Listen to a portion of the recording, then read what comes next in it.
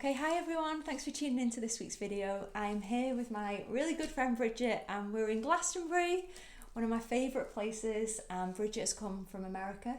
I've been on quite a lot of Bridget's retreats in the past and had some amazing experiences. So Bridget is a spiritual YouTuber, which may sound kind of cheesy, but she's an incredible person. She runs retreats all over the world at sort of sacred sites and different places and different kind of chakra points, and I've been lucky enough to go on lots of Bridget's retreats, and now we're really good friends and we were meeting up here, so we thought why not do a video.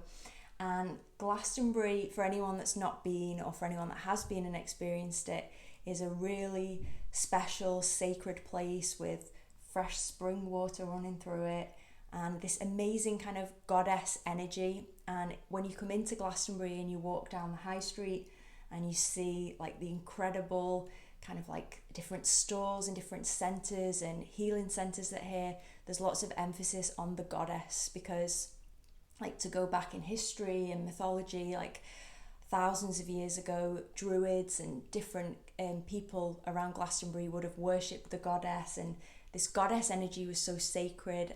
Women were valued in a way that has been eroded by like patriarchal society and the way we live now. It can be really hard to be a woman in this world we live in today and like finding your place. So that's what we thought it'd be interesting to talk to Bridget about, because Bridget's really helped me with that. Oh, thanks. Yeah, you've really helped me with that. Good.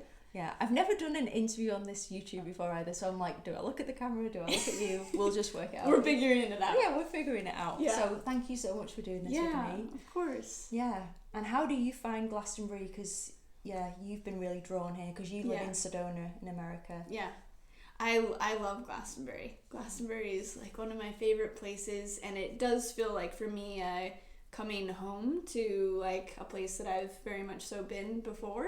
Okay. And it has a very different kind of energy than a lot of places, say in America or different sacred sites.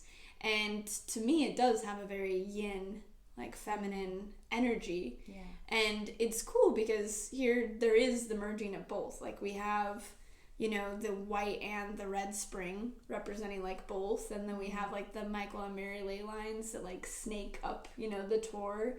So there is a merging of both masculine and feminine, but it does feel like there's an emphasis on the goddess. Yeah. Which I think it's amazing. Like we need a counterbalance, right? That's what's happening. Yeah. Like the pendulum swung like really far into like the masculine and like the women being wiped out, and like the feminine and like the place for that to be wiped out.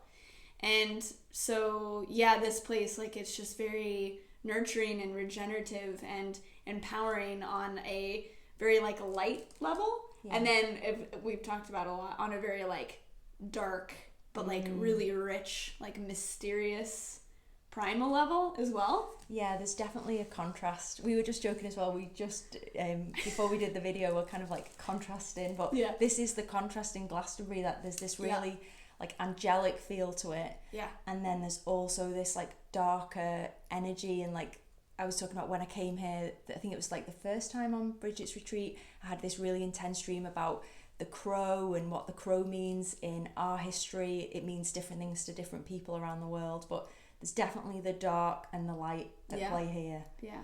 And it's interesting what you said about the yin, because that's something that I really wanted to talk to you about, because I'm finding myself as a woman that it can be quite difficult to sort of like bring those two together. So I want to step into my power as a woman, and you've really helped me do that, like facing fears and stepping into things that like into my sovereign self, which you know is a term that like you've taught me.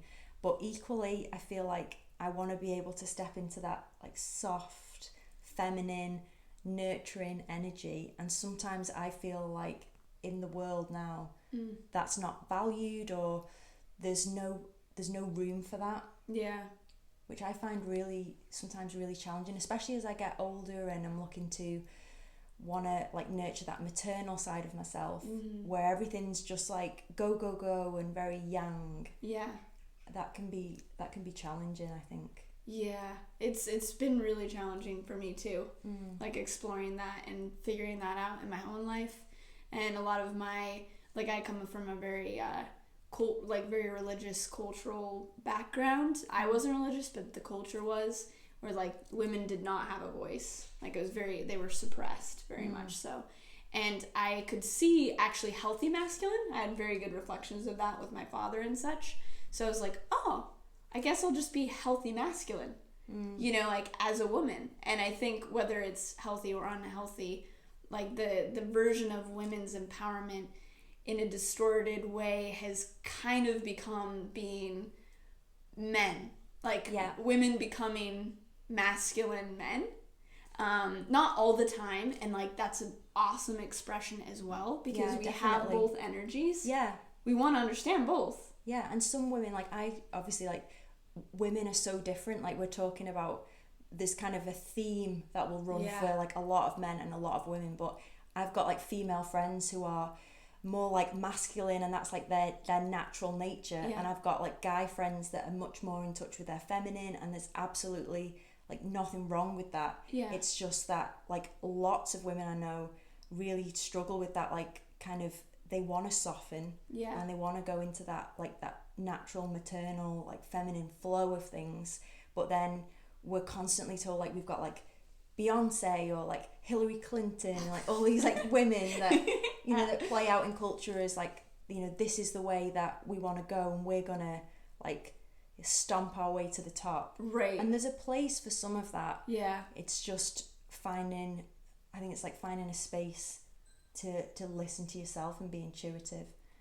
Definitely can be hard. And I think to find that place, I think that's where like, where is the place of power? And I love the mix of both, right? We need to develop our masculine as physical, biological women. We need to develop the feminine. Men as well need to develop both aspects within themselves. But it is more of actually like the yin feminine of the biological woman that I'm more interested in now. Because I know how to be a masculine woman. I got that down. And so in that exploration, I think even just being here, I've only been here 2 days. And me coming here, me going to these places of nature and places like sacred places that have more of a yin energy, because there's certain sacred sites that have way more of yang energy. Yes, they're all so different, aren't they? They're completely different. And this one to me has a lot of yin energy. And I was sitting at the Chalice Well yesterday, the sacred well, the feminine spring. And there's this, you know, like deep well that was like the space of like the mother, like it was, you know, archetypally represented like for millennia is that space. And I think for me it's learning how to source, like you just said, from your intuition. You know, and it's like this deep, like very primal, like primordial creation space, like literally where babies like the womb energy is not just for like actual human life, it's to give birth to like expression and creativity, and to come to a space like this, like you say, where you're just given that space. Like we've only been here for about 24 hours, but it just feels so different to yesterday. And we just before we did this video, we went to the white spring, which is the masculine side of the spring, and we were able to go like fully in the water, and that was so like balancing for me and cleansing, and it's just really special to spend time somewhere like this. And that is something that I've learned just being here, is that I think I need to do this a lot more and give myself like nature time and to use my intuition and like go to where your energy is drawn and where it just feels right to be here. To follow the intuition to then get to the place and then like melt into the intuition. And it's like that surrender space. And I think like in the kind of more masculine feminine expression, in that space, I notice for me, like I pull from this force, or like my kidney energy, or like it's more of like a mental, I need to do this kind of energy that drives. Like rather than like here.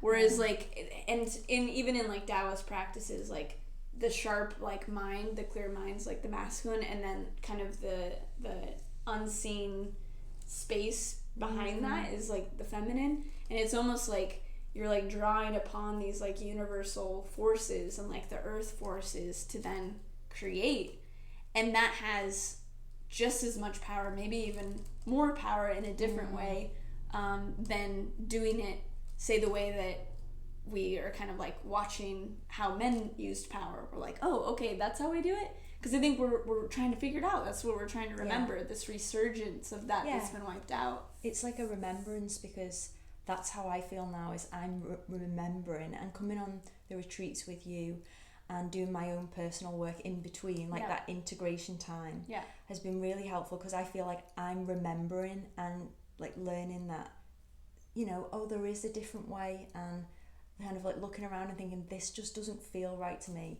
So how can I kind of remember and bring that back in? Yeah. And I think that it's like you can come to places like that, and then you kind of, that comes with you back home and into the day-to-day life. Do you have any like techniques or things that help you when you're not always able to come to a place like this, but you're like maybe in like a very young environment, like ways to kind of soften and feel like you can?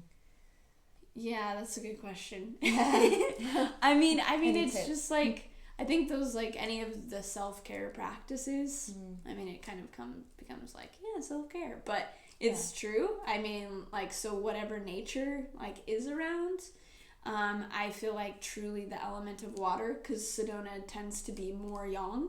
Yeah. But if I go down to the water, it's pretty intense.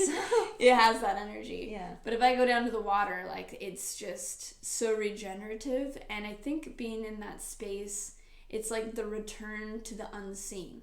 Like, you can't see what's happening. Your conscious mind doesn't even know what's happening.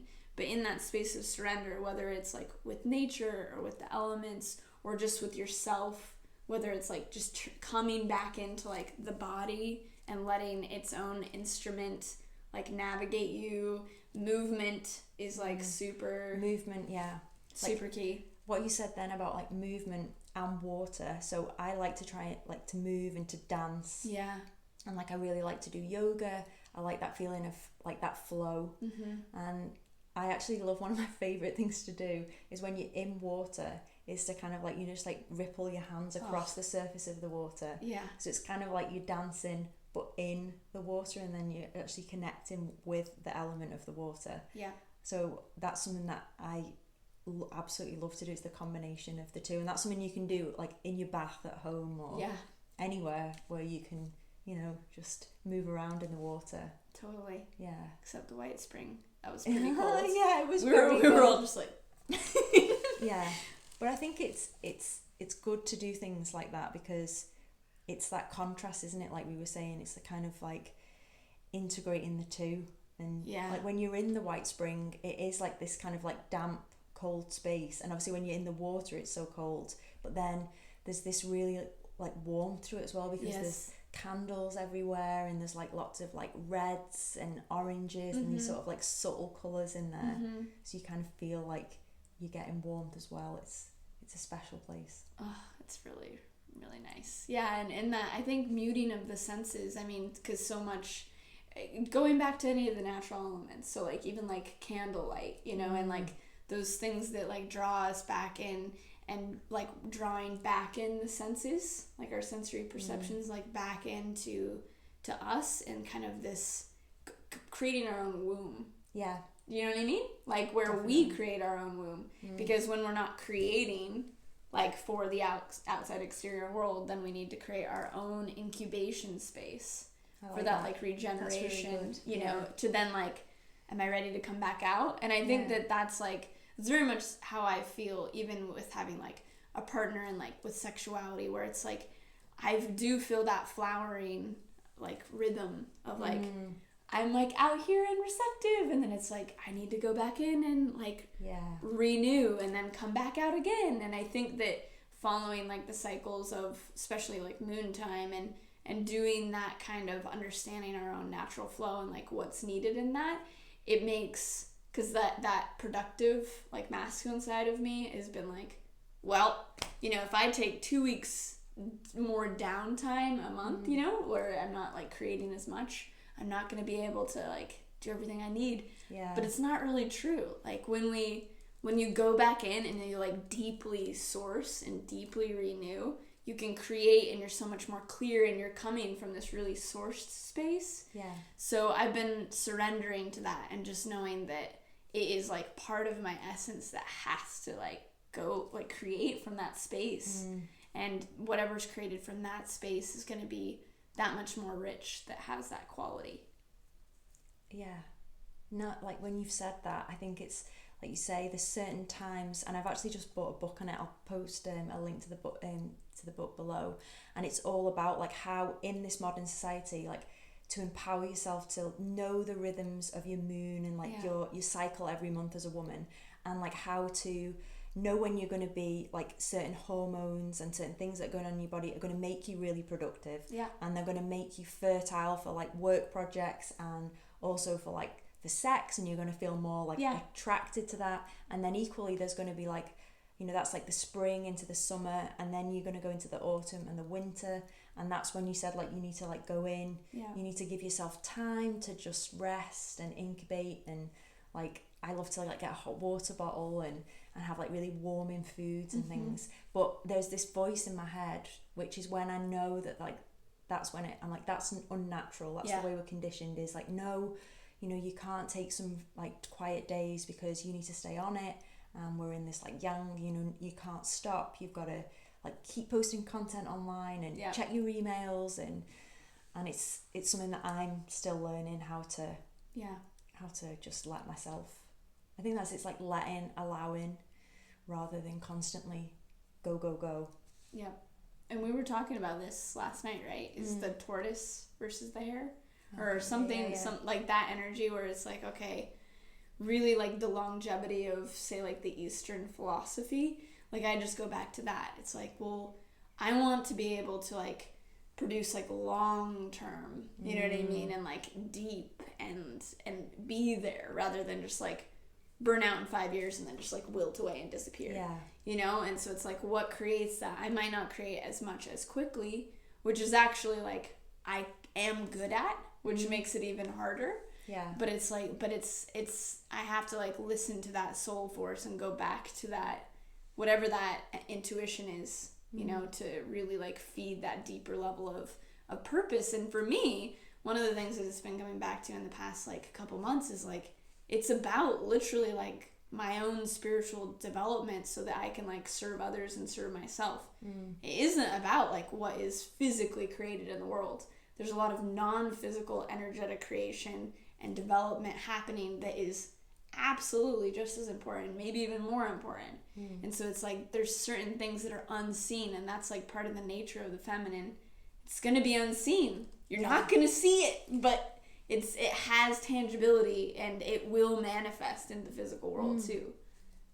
I think it's like that quote, I think it's a Maya Angelou quote where she says like, people won't remember what you did, people won't remember what you said, but people will remember how you made them feel. And I think that's part of like what you said, it's unseen. And I always think about it with dancing as well. People say like people put so much energy into practicing dance and doing it, and you don't get like a painting or something at the end of it, like unless someone records it and you can watch it back. But it's like you're in that moment of like that energy and putting that out there. And I think that's part of like the feminine work, isn't it? It's doing that unseen, but it ripples out like that feeling. And I think about like all the women in my life, and I think that's another thing that I know is really important to you, and you've done a really good video on it, and I'll link to that below, is the importance of connecting with people, because like we've not seen each other for 2 years. So it's been really nice to catch up, and I think that the power of actually being in physical connection with people and finding people that you can really be honest and vulnerable with, and especially other women, because like I've been going through some of my own challenges that are around like my feminine self, and to be able to have women like you and like my mum and other really important women in my life that are supporting me and I'm able to be vulnerable with is just an incredible gift.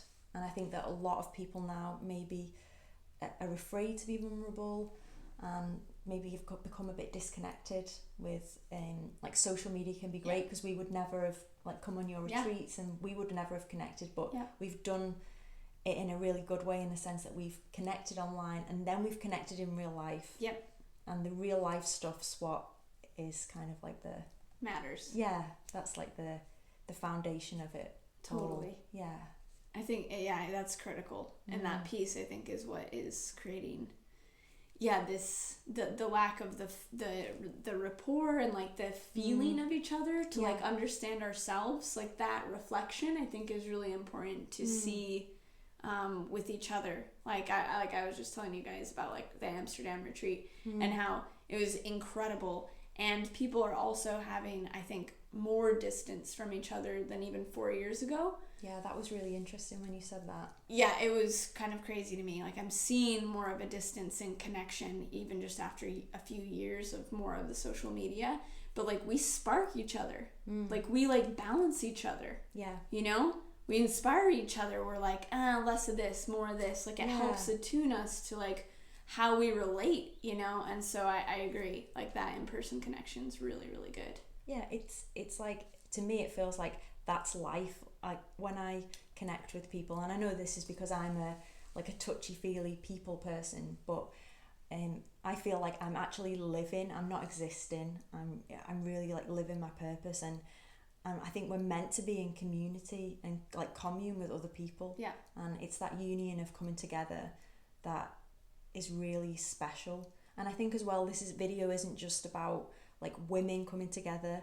Like you know, my husband Rob is here, and we've had like a really nice day together, and he's got like so many great qualities that I can learn from, and so many other amazing men that I think that's one thing that is also something that's important. Is now it's all about like girl power and women rule the world, and I think it should be like women and men together can rule the world, and we can teach each other so much, and we're all here for a reason, and I think that we can like learn from the best of each other and support one another. So that's a really critical piece that I think gets lost under like us finally speaking for the first time, like women like really like what does my voice sound like, how do I use it, you know, like there's this exploration and I think that's insanely beautiful.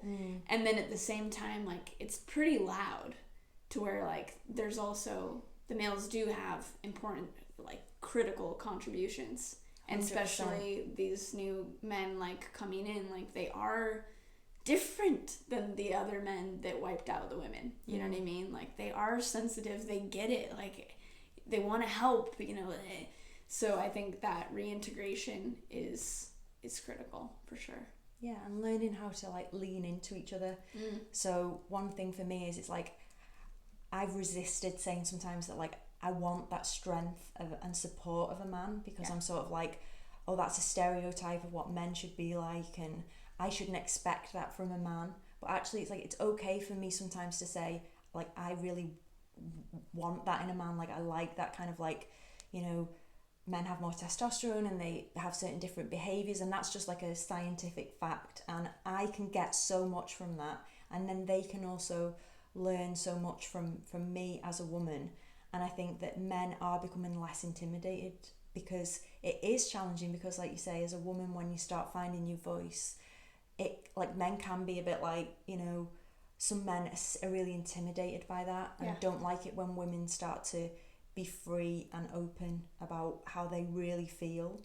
And they kind of want women to stay small and stay pretty and you know, play this certain role. And it's actually quite, it's interesting when you start to like just mess around with that and no, I'm not going to do that anymore, and you'll say something and you'll see some people be like, but then other people like it, and then you know like who can help you grow.